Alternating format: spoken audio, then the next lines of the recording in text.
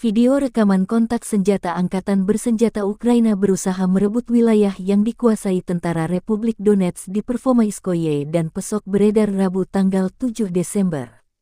Pasukan infanteri Ukraina dilengkapi tank dan kendaraan lapis baja berusaha melakukan serangan balik merebut kembali dua wilayah tersebut. Pergerakan pasukan Ukraina terpantau drone pengintai DPR. Tentara DPR memukul mundur serangan balik angkatan bersenjata Ukraina di area Pervomaiski dan Pesok pada tanggal 5 Desember. Musuh melakukan upaya berani melakukan serangan balik terhadap posisi unit-unit Korps Angkatan Darat Pertama di area pemukiman Pervomaiski dan Pesok. Sayangnya upaya ini berhasil dipukul mundur oleh pasukan Batalion Somalia dan Sparta, Resimen ke-11 Militer Donetsk. Dengan dukungan Brigade Artileri ke-238 Angkatan Bersenjata Rusia, musuh menderita kerugian besar dalam hal tenaga dan peralatan.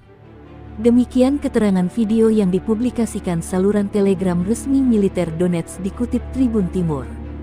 Konflik Rusia dan Ukraina memasuki bulan ke-9. Tepatnya hari 286 belum ada tanda-tanda perdamaian.